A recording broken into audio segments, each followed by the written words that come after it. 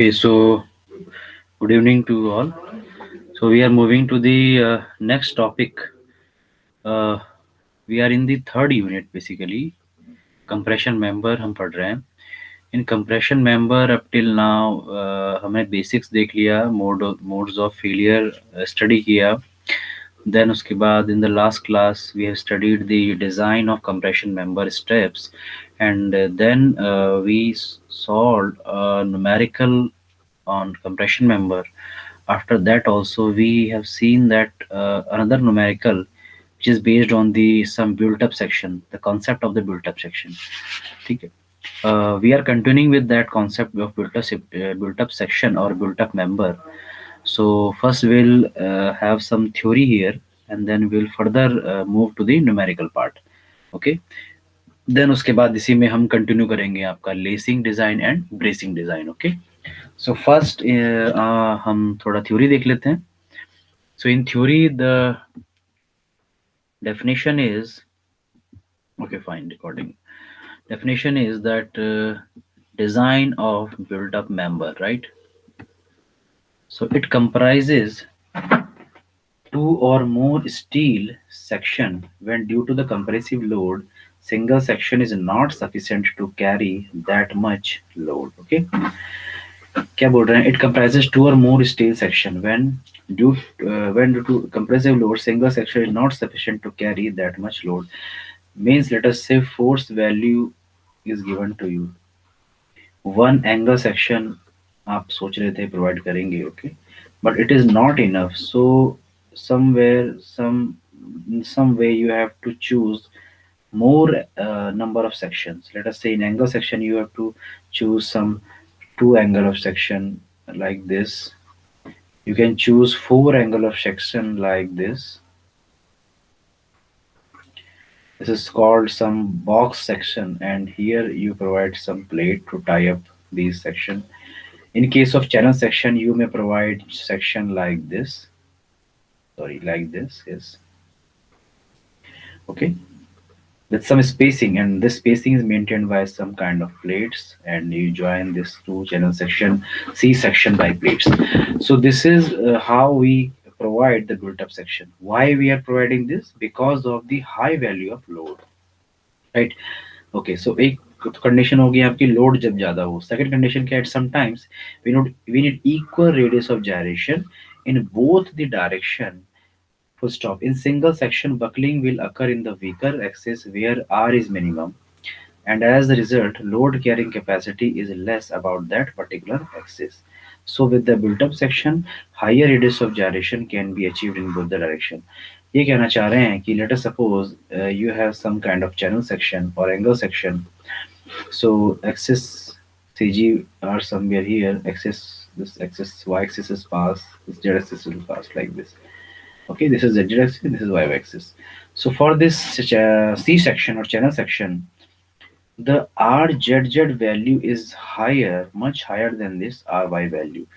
Or you can say it may fail about RR value earlier as compared to the ZZ value. Okay, so इसकी strength जो है Z axis के about तो ज्यादा है, but R R Y Y axis के about कम है.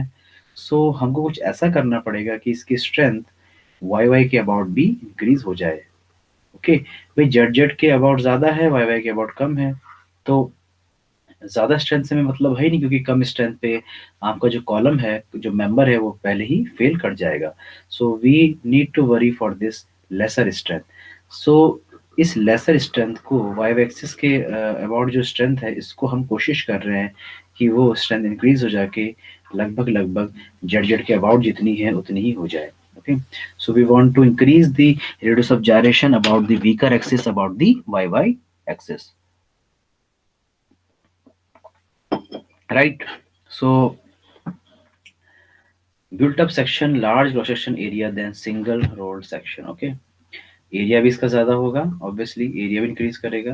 Built up section provides sufficient radius of gyration in two different direction due to its shape and depth, which is facilitated by the connecting member. Okay, जैसे यहीं पे show किया हुआ है कि this is one channel section, this is Z Z axis and this is Y Y axis. I z z is much greater than the I. Inertia about the z axis is higher than the inertia about the y axis. Or you can say the radius of gyration about z axis is higher than the radius of gyration about the y axis. So buckling strength भी y axis की क्या हो जाएगी, कम हो जाएगी z axis से, तो buckling किस में पहले हो जाएगी, y एक्सिस में. So this thing we want to improve. Okay, इसके बाद एक्चुअली जो नेक्स्ट पेज है वो लास्ट में ऐड हो चुका है, तो I am moving to the last. Okay, ये पेज इसके बाद हमको पढ़ना है. Okay, so we provide this channel section, and along with this we will provide one another channel section like this. Okay, तो अब अगर हम देखें जेड एक्सिस ये है, वाई वाई एक्सिस आपको कहीं बीच से पास होगा. Okay, like this Y Y Y Y. अब आप देखेंगे इस almost kind of square. So Z axis के अबाउट भी आपकी मेंबर इस तरह से आ गया, वाई वाई के अबाउट भी इस तरह से आ गया. सो आप कह सकते हैं कि R Y Y now almost equal to the R Z Z. Okay, strength of दोनों एक्सिस के आपने जो है ऑलमोस्ट इक्वल कर दी. सो कितनी स्पेसिंग पे ये आपको प्रोवाइड करने हैं दोनों channel section, this is very significant thing. Okay, वो हमें डिजाइन करनी होती है, वो हमें कैलकुलेट करनी होती है स्पेसिंग न्यूमेरिकल में. ओके, अभी ऐसे हवा में तो रहेंगे नहीं. So we will tie up this section by some kind of special plates, and that plate is called as lacing and और बैटन. ओके, तो स्पेशली लेसिंग और बैटन का डिजाइन हम बाद में करेंगे. फर्स्ट एक हम सेपरेटली क्वेश्चन अभी करेंगे डिजाइन का आगे, कि स्पेसिंग एस कैसे फाइंड करना है, जो हमें बिल्ट अप सेक्शन प्रोवाइड कैसे कर पाएंगे. ठीक है, तो ये कुछ फॉर्म्स आपको गिवन है. ठीक है, कि कैसे कैसे हम बिल्ट अप सेक्शन प्रोवाइड करते हैं. देखिए ये आपके सामने स्क्रीन पर है कि some kind of box section we can provide like this. This is the box section, right. Box section में इन्होंने क्या किया है कि 4 एंगल सेक्शन ले लिए छोटे छोटे. देखिए, this is the first angle section, this is the second angle section, this is the third angle section, this one is last one, fourth angle section. And this to this here they have provided some plate, this to this you have provided some plate, this to this they have provided some plates, here also they have provided some plates, right. तो एक box type का बन गया. इसके the most beneficial thing, most bigger advantage is it is more torsional restraint. It cannot rotate about this or this axis or this axis. It's torsionally restrained. Okay, so this is the best advantage of this channel back to back. You can provide the channel back to back also. जैसे हमने ऊपर ऐसे लगाया था, आप ऐसे भी लगा सकते हैं back to back. This is the one channel section, this is the another channel section, और आपने इस तरह से यहाँ पे plate type कर दी. In some cases, like in gantry girder, we provide the channel section on the top of the I-beam. देखिए, this is the your I section और main I section. देखिए, ये इसका फ्लैंज, ये इसका वेब और ये इसका अपर फ्लैंज. इसके ऊपर उन्होंने क्या कर दिया, इस तरह से सी सेक्शन रख दिया है. ये सी सेक्शन इस तरह से उन्होंने रख दिया है ना, हॉरिजॉन्टली इसको लिटा करके ऐसे रख दिया है. This is C section on the top of I section. इस तरह का फिगर आप गैंट्री गर्डर में पढ़ेंगे. ठीक है, क्यों रखा है ये जेड एक्सिस है, ये वाई एक्सिस है. तो जेड एक्सिस के अबाउट टॉप में मोमेंट ऑफ इनर्शिया इंक्रीज करने के लिए इसका जो है इस तरह से करा गया है ना. अगर बेंडिंग मोमेंट बहुत ज्यादा आता है बीम का, तो बेंडिंग मोमेंट हम आगे पढ़ेंगे कि मेनली रजिस्ट होता है किससे, फ्लैंजेस से, और शेयर मेनली रजिस्ट होता है आपका वेब से. तो फ्लैंजेस को स्ट्रेंथ देने के लिए उस जाता कि ज्यादा बेंडिंग मोमेंट जो है वो रजिस्ट करे, तो इसलिए हम क्या कर रहे हैं, फ्लैंज को स्ट्रेंथन कर रहे हैं बाय प्रोवाइडिंग सम टाइम. हमने पहले प्लेट प्रोवाइड करी थी, अभी हमने एक चैनल सेक्शन इसके ऊपर रख दिया. देखिए, द फोर्थ डायग्राम आप देख पा रहे हैं कि प्लेट्स के ऊपर प्लेट्स इस तरह से आई सेक्शन के ऊपर रखी हुई हैं. फ्लैंजेस को स्ट्रेंथन किया जा रहा है ना, ताकि वो ज्यादा बेंडिंग मोमेंट रजिस्ट कर सके. ओके, सो नेक्स्ट चलते हैं, डिजाइन कैसे करते हैं इसका. डिजाइन कुछ इस तरह से स्टार्ट करते हैं कि स्टेप्स, एक ब्रीफ आइडिया ले लेते हैं, बाकी न्यूमेरिकल तो हम सॉल्व करेंगे इसके बाद. Find the effective length, right. Length question में हमको गिवन है, इफेक्टिव लेंथ हम इजीली फाइंड कर सकते हैं. Effective length is equal to k into l, means some constant which is depend upon the end conditions. तो एंड कंडीशंस हमको given होंगी, राइट. उसके बेसिस पे इफेक्टिव लेंथ फाइंड कर लेंगे. सेकंड स्टेप है to assume the lambda, assume the slenderness ratio value in between somewhere 60 to 80 for the built up section. Actually हमको एक सेक्शन फाइंड करना है अपनी आईएस कोड से, टेबल से. So for that we must know the lambda. Okay, for choosing any section. So we will assume first section based on the lambda. By assuming the lambda value 60 to 80, another step is to find fcd value. तो lambda assume करना पड़ता है क्योंकि आपको किसी grade के लिए FCD value चाहिए होती है ना। और बिल्ट अप सेक्शन के लिए मैंने बताया था क्लास ऑलवेज कौन सी होती है, बकलिंग क्लास इज सी। तो आईएस कोड में जाएंगे 9C टेबल सी बकलिंग क्लास के लिए। लैम्डा वैल्यू आपने 60 टू 80 mm कोई भी एज्यूम कर ली, एफ आई आपका 250 रहेगा, तो you can easily get the FCD value. वहां से एक एफसीडी वैल्यू रफली आपको मिल जाएगी। For that FCD value, we can find our required area. How much area required for our section for the given load? So area required is P divided by the FCD. Compressive strength divided by force divided by the compressive stress.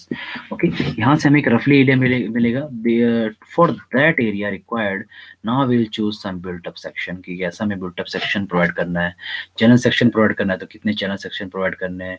If you want to provide angle section, 4 angle section, तो कितने angle section provide करना है, किस तरह से करना है। Okay, so area आपको choose करना है और that area जो आप choose करेंगे section का वो थोड़ा ज़्यादा होना चाहिए इस एरिया रिक्वायर्ड से, कम नहीं होना चाहिए, है ना। फॉर सेफर साइड इट जो हम एरिया प्रोवाइड करेंगे वो रिक्वायर्ड से ज्यादा होना चाहिए, ठीक है। क्योंकि हमने बस एक एज्यूम किया लैम्डा वैल्यू 60 टू 80। ओके, एक जस्ट एक हमें क्या कि एक रेफरेंस सा मिल जाए कि भाई इससे ऊपर आपको एरिया रखना है, राइट।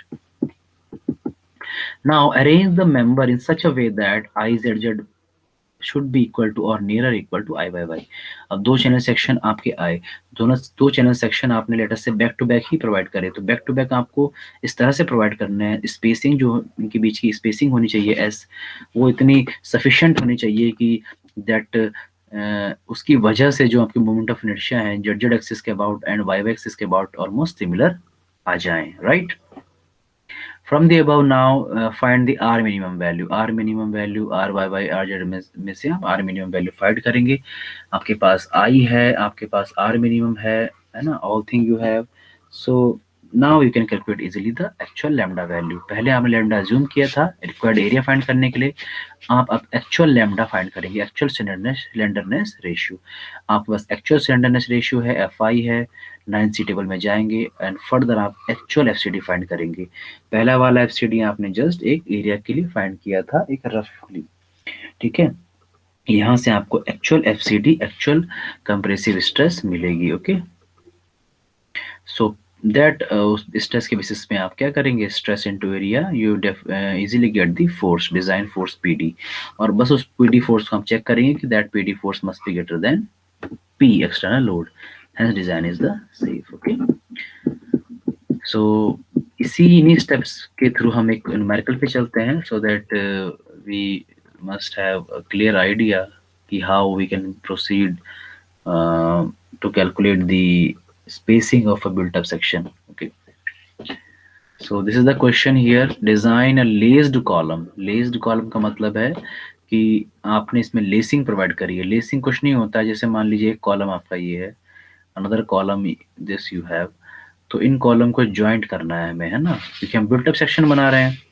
तो ज्वाइंट करने के लिए हम कुछ इंक्लाइंड इस तरह से मेंबर लगा देंगे, यहाँ से यहाँ ज्वाइंट करा, यहाँ पे बोल्टिंग कर दी भाई, और जो है इस तरह से यहाँ पे ज्वाइन करा, यहाँ पे बोल्टिंग कर दी, फिर फर्दर ऐसे ज्वाइन करा, है ना, फिर यहाँ बोल्टिंग कर दी, और नीचे तक ये रन कर रहा हो कॉलम, तो इस तरह ज्वाइन कर दिया।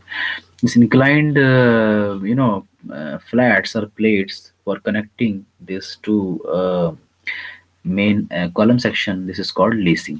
तो डिजाइन है लेस्ड कॉलम, तो लेसिंग प्रोवाइड करी है। Length of the column is 10.5 metre. Okay, carry the factor axial load of 1000 kilo newton. Okay, total load कितना है, P कितना गिवन है, 1000 किलो न्यूटन, और लेंथ आपको गिवन है 10.5 metre. Restrain in translation but not in rotation at both the end. Restrain in translation but not in the rotation मतलब both ends are hinged, pin joint. Restrain in rotation, restrain in translation मतलब ये ना तो इधर भागेगा ना इधर भागेगा एक्स वाई जेड में। Okay, but restrain not restrain in the rotation मतलब इसमें रोटेशन हो सकती है, यानी इस तरह से। तो यानी ये कहना चाह रहा है दूसरी भाषा में कि बोथ एंड आर पिन्ड और बोथ एंड आर हिंज्ड। ठीक है, यूज टू चैनल सेक्शन, उन्होंने बोल दिया है दो चैनल सेक्शन यूज करें, placed back to back as shown in the figure. तो दो चैनल सेक्शन उन्होंने यूज कर रहे हैं बैक टू बैक। स्पेसिंग हमें डिजाइन करनी है। ओके, सो देखते हैं कैसे प्रोसीड करना है हमें। स्टेप्स हमने बेसिकली देख लिए थे।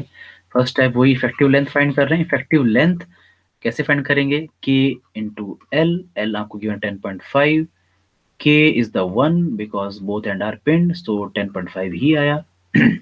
Grade FE 410, FY 250। Second, assume the lambda value, rough lambda value to find the required area of the section। तो टेस्ट से हमने थोड़ा हायर assume करा for the safer side। Lambda we are assuming 80, let us say। So 80 for the 80 buckling class 9C, C buckling class C, we will go to the table 9C। we have FY 250, we have lambda 80। वहां से easily हमने calculate कर लिया ना, find कर लिया FCD value 136 Newton पर mm square. For this FCD value and for the load 1000 kilonewton, we will calculate from here the required area, how much area is required for our built up section। ठीक है, यानी जो channel section आप provide करेंगे, दो channel section का area कितना होना चाहिए, वो सेक्शन कौन कौन से होंगे, उन सेक्शन का डेजिग्नेशन क्या होगा, वो यहाँ से पता चलेगा। So required area is P upon what FCD। तो ये आपने जो है किलोन्यूटन को न्यूटन में कन्वर्ट कर लिया 136, क्योंकि न्यूटन पर mm स्क्वायर है। After solving this we are getting 7352.94 mm square. This much area is required. So in the question given is we have to choose two channel section। ठीक है, तो दो चैनल सेक्शन जब हम choose कर रहे हैं, फॉर दैट चैनल सेक्शन एक का एरिया इसके आधे से ज्यादा होना चाहिए, है ना। मतलब हम प्रोवाइड कर रहे हैं दो चैनल सेक्शन और ये कह रहे हैं कि भाई जो बिल्टअप सेक्शन आप प्रोवाइड करोगे उन पूरे बिल्टअप सेक्शन का एरिया कम से कम इतना होना चाहिए 7352 mm स्क्वायर। तो अप्रोक्सीमेटली लेटेस्ट से 8000 mm स्क्वायर हमने एक राउंड ऑफ एरिया, यानी इसका बाय 2 करेंगे 4000 mm square.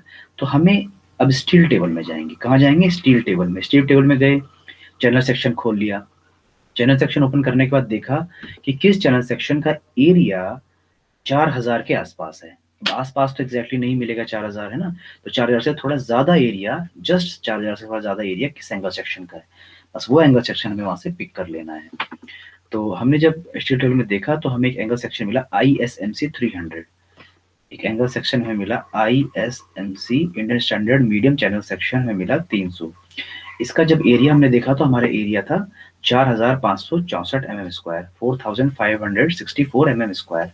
So for two channel section we have to provide, so for two section total area will be 9128 mm square and it is higher than this required area 7352। तो it's okay, थोड़ा ज्यादा है, कोई दिक्कत नहीं है। we should have safer side हमें देखना होता है। तो 9128 कोई प्रॉब्लम नहीं है। Okay, so we will choose this 9128। तो ये सेक्शन हमने पिक कर लिया ISMC 300। Got it? So for this section steel table से हमने नोट डाउन कर लेंगे what is the RZZ value, what is the RYY value, what is its moment of inertia about ZZ axis IZZ, what is moment of inertia about YY axis IYY, है ना। तो all value we will note down into this notebook।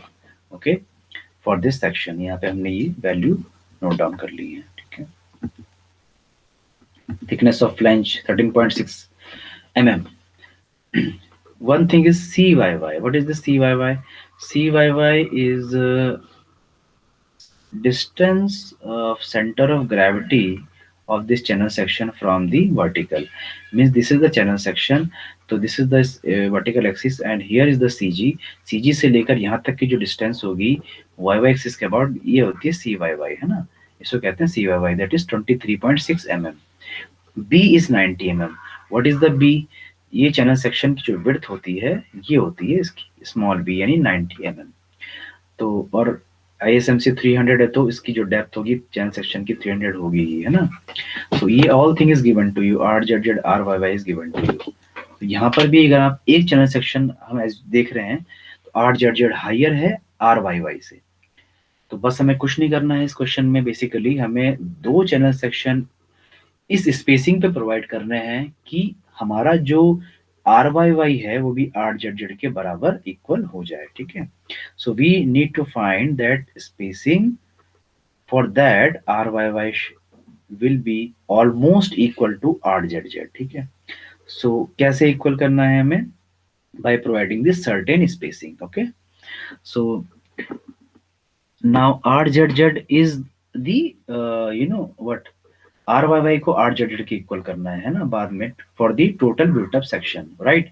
तो are Z Z equals to R Y Y, and when R Z Z equals to R Y Y, तो हम R Z Z की value ही lambda निकालने के लिए use करेंगे, that is 118.1 mm। So slenderness ratio, actual slenderness ratio is equal to L upon R Z Z. यहाँ पे आर जेड जेड क्यों लिख रहे हैं, क्योंकि are Z Z he R Y Y के बराबर है और वही आर मिनिमम के बराबर है। बेसिकली हम लेमडा जब निकालते हैं तो हम आर मिनिमम ही पुट करते हैं, ठीक है। बट आर मिनिमम मतलब आर वाई वाई, और आर वाई वाई को हमें कहाँ तक ले जाना है, आर जेड जेड तक। तो इसलिए हम आर जेड जेड की वैल्यू ही पुट करेंगे 118। So total L effective length बटे डिनोमिनेटर में आर जेड जेड 118। तो एक्चुअल स्टैंडर्ड रेशियो आपका आ गया 88.91 mm। Actual lambda we have, Fy 250 we have. So then again we'll go to the the table 9C, and from that table we can get the FCD value. Okay. So generally the stiffness ratio IS code ने हमें कहा है कि आप 5% increase कर सकते हैं, ये एक इम्पॉर्टेंट कंसिडरेशन ये रह गया था। Please note down this consideration. As per the clause 7.6.1.5 IS 800, code ने कहा है कि जो बिल्ट अप सेक्शन आप लेंगे उसका जो आप लैम्डा सिलेंडरनेस रेशियो की वैल्यू निकालेंगे उसको आप 5% इंक्रीज करेंगे, ठीक है।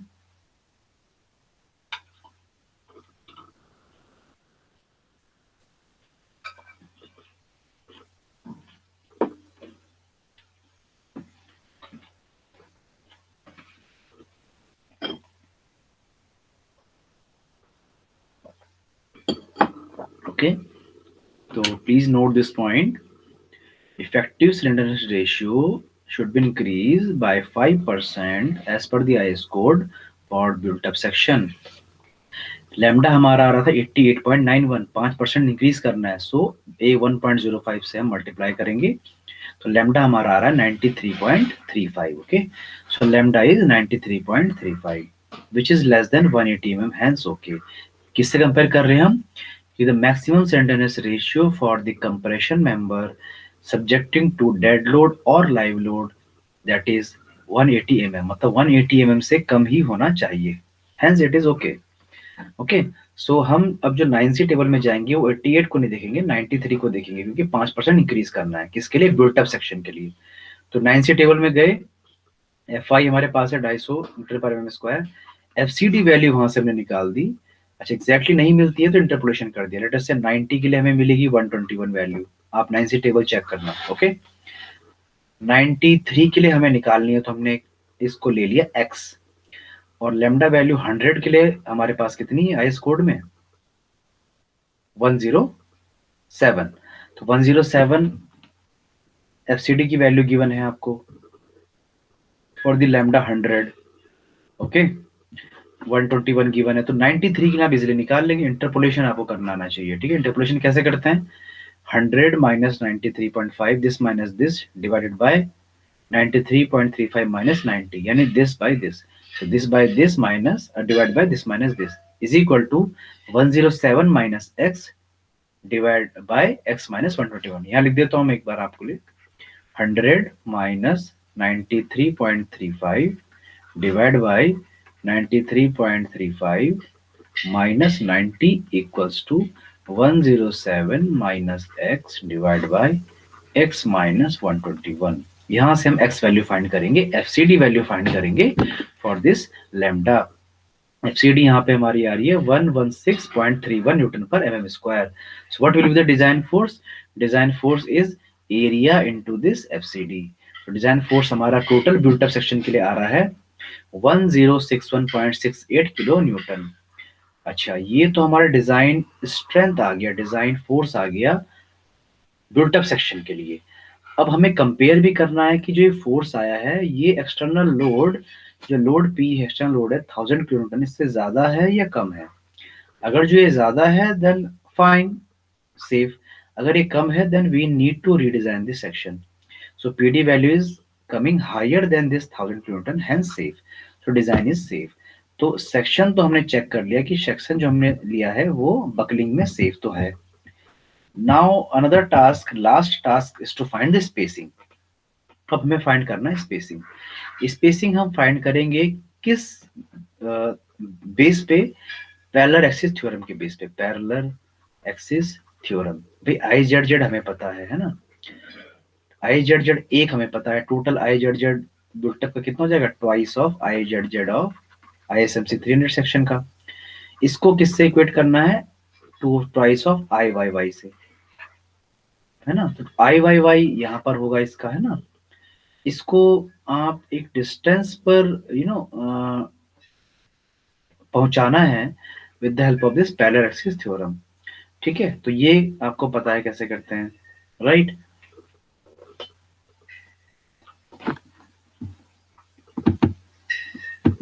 देखिए solution. Just see this, analyze this, and you will easily understand what we are doing to find the IZZ value. ठीक है.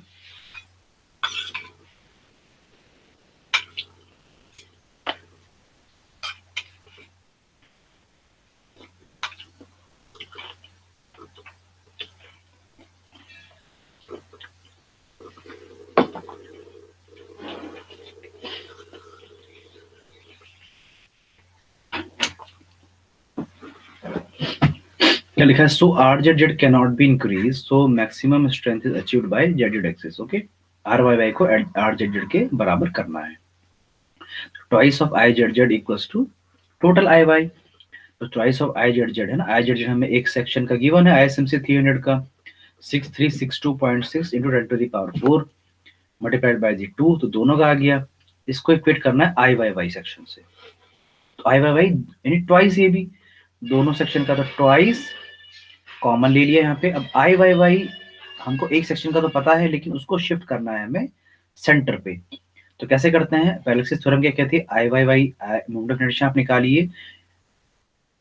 For that for C G, उसके सी जी पे जो भी मोमेंट ऑफ इनर्शिया आएगा उस बॉडी का, प्लस ए इंटू एच का स्क्वायर. आई वाई वाई एक सेक्शन का कितना आपको स्टील टेबल से मिल जाएगा? 310.8 into 10 to the power 4 plus a क्या है? Area, area of this channel section. वो भी हमें स्टील टेबल से मिल गया है ना, 4564 के. फाइन. नाउ एच का स्क्वायर. सो एच का स्क्वायर होता है, मान लीजिए ये एक चैनल सेक्शन है और दूसरा चैनल सेक्शन ये है. इसके सेंटर ऑफ ग्रेविटी से टोटल सेंटर तक की डिस्टेंस, दोनों सेक्शन के सेंटर मान लीजिए ये है इसका वाई वाई एक्सिस. फाइनली इसका इंडिविजुअल वाई वाई एक्सिस यहाँ था, इसका इंडिविजुअल वाई वाई एक्सिस यहाँ था. कंबाइंड वाई वाई एक्सिस कहाँ पे आएगा? सेंटर में ही तो आएगा. सेंटर इसकी ये है. इसका ओरिजिनल सेंटर ऑफ ग्रेविटी यहाँ पर है, इसका भी कहीं यहाँ पर होगा मान लीजिए, है ना. इसका भी यहाँ पर होगा इस तरह से. तो what is the H this? ये जो S by two plus C Y Y का स्क्वायर, ये क्या है? ये कुछ नहीं है. आप ऐसे देखिए इसको कि यहाँ से यहाँ तक तो मैंने बताया था सी वाई वाई कहते हैं इसको.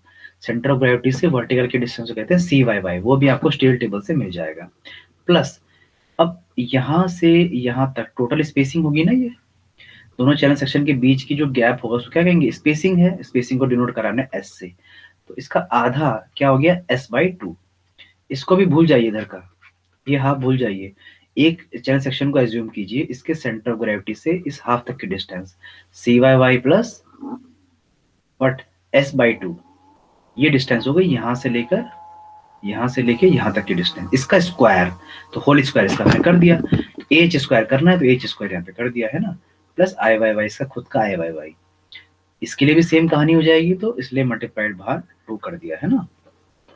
और ये whole thing should be equal to total I Z Z, है ना. तो बस हम सब चीजें इस पे देखो हमें पता है. इक्वेशन बस आपको लिखनी आनी चाहिए, चीजें एनालाइज करनी आनी चाहिए. बाकी आपको सब पता है. बस यहाँ पे एक ही अननोन है, सी वाई वाई भी पता है आपको. एक ही अननोन है, दैट इज एस. तो जब एक ही अननोन है तो यहाँ से आप एस इजीली कैलकुलेट कर लोगे. तो your S is coming 183.11 mm. Okay, यानी अप्रोक्सीमेटली 184 mm. हायर साइड ही आप राउंड ऑफ करेंगे. इसका मतलब क्या हुआ कि ये आपका चैनल सेक्शन है, दूसरा चैनल सेक्शन है. तो भाई जो हम स्पेसिंग प्रोवाइड करोगे दोनों की, वो 184 mm की प्रोवाइड करोगे. और चैनल सेक्शन जो आप दोनों लोगे, कितना लिया था हमने, ISMC 300 लोगे, है ना, ISMC 300। ओके, तो ये सब आपका इस तरह से बिल्ट अप सेक्शन डिजाइन हो गया। बस नेक्स्ट स्टेप, इसी कंटिन्यूएशन में अगला टॉपिक हम पढ़ेंगे नेक्स्ट लेक्चर में, लेसिंग और बैटन कैसे डिजाइन करते हैं। तो बस इसके बीच में जो प्लेट इसको ज्वाइन करने के लिए लगा दी, उसे लेसिंग कहते हैं या बैटन कहते हैं, है ना। तो that we'll see in the next lecture. Okay, so thank you for this.